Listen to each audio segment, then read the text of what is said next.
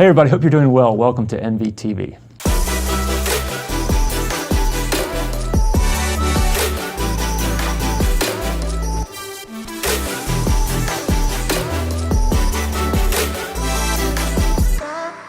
Today we're sitting down with Bob at Graham & Graham, and we're going to be talking about the second part of our two-part series on starting a new business, and today we're handling the legal aspects of organizing a business. So Bob, one of the first questions I have, obviously we've talked with Paul Hill about sort of the accounting side of it, but from a legal aspect, why would you even consider forming a business or a corporation or an LLC as opposed to just going out and doing work on your own? Right. Well, as Paul Hill described, a lot of it is with your tax liability and the way to save you money.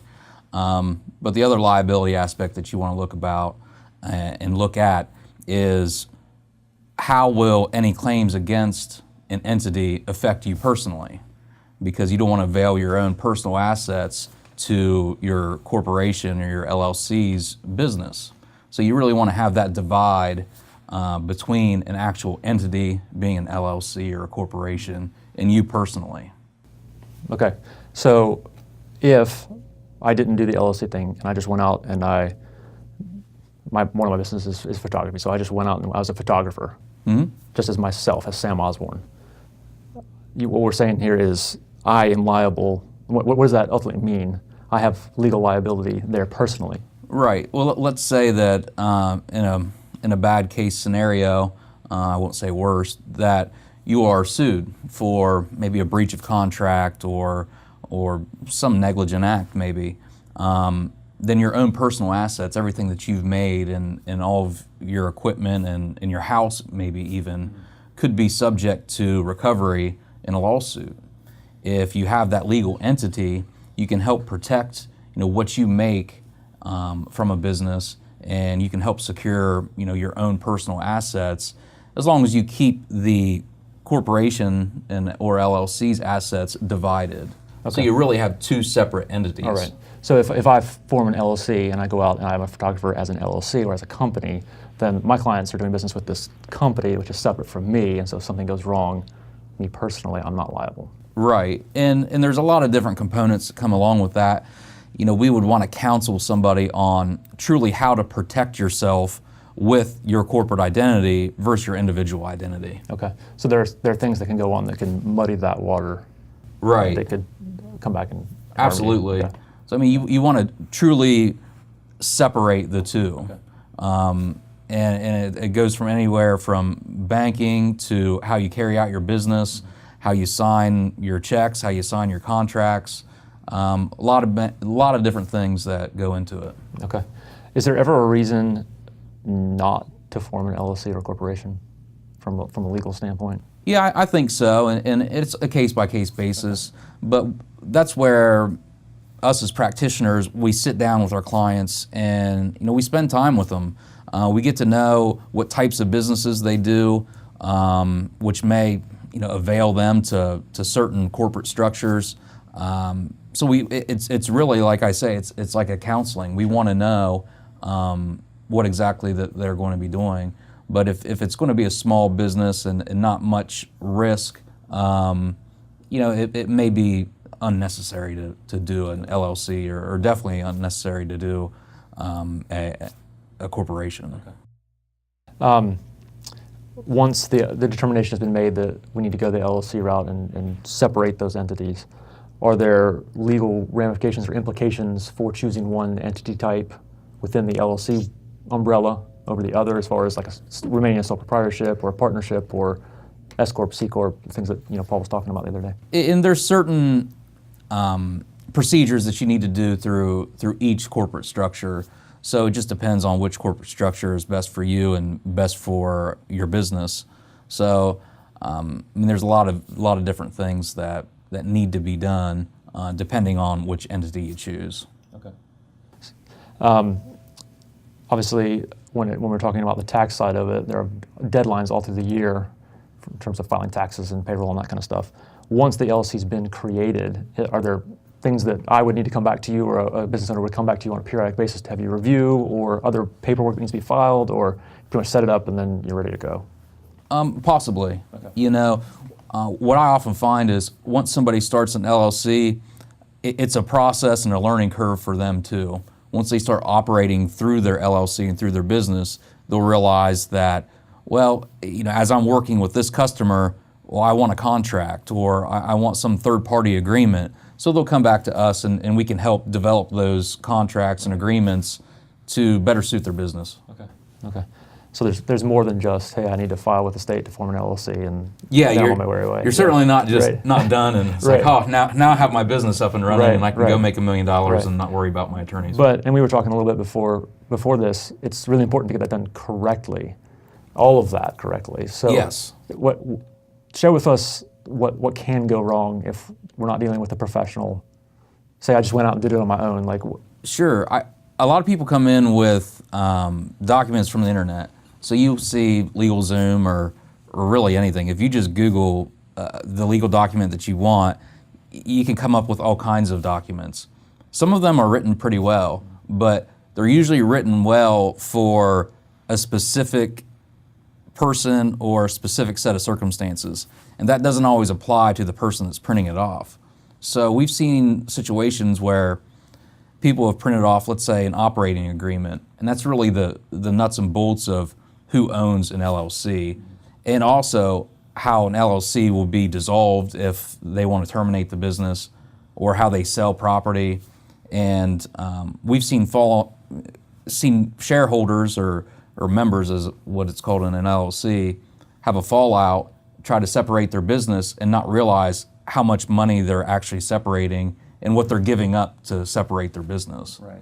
So we've had buyouts that were never contemplated at the time of formation. I mean, in excess of, you know, $500,000, $1 million. Right. Everyone starts out on a new venture, whether it's business or just in your personal life, and you think everything's going to be great. And Right. you don't start to think about these things because you've got this, in this case, a business partner or partners who everybody's getting along, everything's going well, but 5 years into the business, we want to go different directions and Absolutely. things that we never saw coming. And so it's important to probably come sit down with you and have you help business owners think that sort of thing through. Yeah, and again, that goes to the counseling to where we talk about the good, but we must talk about the bad, because if you don't, you're really ignoring a substantial part of the agreements that you're forming. And at the end of the day, if it does turn out bad, it could be very costly and something that you just frankly don't ever contemplate, and it could be detrimental to a business. Sure. And personally, I would imagine you can lose a lot of assets Right, in that right. journey. Let's back up for 1 second and talk, because correct me if I'm wrong though, of course, if I'm like a single member LLC, you mentioned operating agreement, and I'm sure the bylaws and all sorts of other stuff that goes on with that. As a single member, do I need all of those things? That's a good question. I always do an operating agreement for any LLC, because when you go for financing, almost any bank will demand an operating agreement, as silly as it may sound, for a single member LLC. A lot of times if you're opening accounts, the most recent one I did was for a construction company, and they were opening up an account at Lowe's, and they needed an operating agreement. So it's good to have one. Okay. What are the other sort of pieces of paper that happened as you were starting to? You could do separate buy-sell agreements. You could just form, all the contracts and papers that that you're going to need for your particular type of business. Independent contractor agreements, potentially. So again, I mean, there's a lot of different types of things that are really tailored to your business that we would consider. Okay.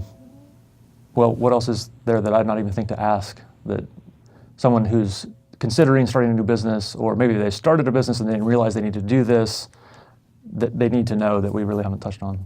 Well, you need to think about everything. It's the business structure, but if you're, let's say, obtaining real estate, how to hold the real estate. Like I said, buy-sell agreements are something that's important, and that's in the event that one party wants to get out. You may want to do a separate buy-sell agreement. You may want to contemplate death. So in the event of death, what happens to the business? That makes it a lot easier for your heirs, and it makes it easier for the business to last beyond your death. What's your single best piece of advice to someone starting out as a new business? Always seek legal help at the beginning versus at the end. So it's kind of the magic wand theory. When people come in and say, well, we didn't see you at the beginning, but we're seeing you now, so wave your magic wand and get it fixed. That's very hard to do. So seek help at the beginning. It will save you money at the end. That's what I think is definitely the best piece of advice. And it's like I said, it's really a learning process. So most people that I see that come in and start LLCs, they aren't starting their second or third LLC. They're starting their first. Right. And once they start their first, they just hear that you need to do it. So you do it, and then once they start practicing and making money, like, well, I need all this other stuff. Right. So it's good to, and people change too. So they get into one practice and say, well, I'm going to do, house flipping. I'm going to flip houses. Then they get into it. Then they say, well, I'm not flipping as many houses, but I'm doing a ton of construction. What do I need to do then? Yeah. Which you can still keep the same corporate identity and change your business practice. So you don't need to start another LLC. Yeah. But when their interests change and their business changes, they need to seek that help again. Is it a good idea to have multiple LLCs for different lines of business? Or if they're similar, like flipping houses to construction, like that's a similar type of business, but if you've got sort of diverse business interests? I think it depends on who your partners are. I mean, if you're having different partners, an LLC can actually own an LLC. Right. So it really just depends on what scope of your business that you're doing, and the potential liability that may come from one may not come from another. So you want to separate those. Gotcha. There are, of course, larger firms in Columbus or regional firms. What do you see as a sort of a hometown law firm as the benefits of using somebody that's local? Well, it's nice to know the people, and we have a lot of good local banks like North Valley that many of the local attorneys will know the players involved and will know their procedures. So it helps to know everybody within the circle, and it's easier to get things done. Well, Bob, I think that's going to be supremely useful for a lot of people out there. Would recommend, of course, if you're thinking about starting a business or new sort of in the business cycle, make sure you have an attorney on your business team along with accountants and insurance agents, like we've talked about before. But thank you so much for your time. Thanks for all the information, and thank you all for watching. We'll see you next time.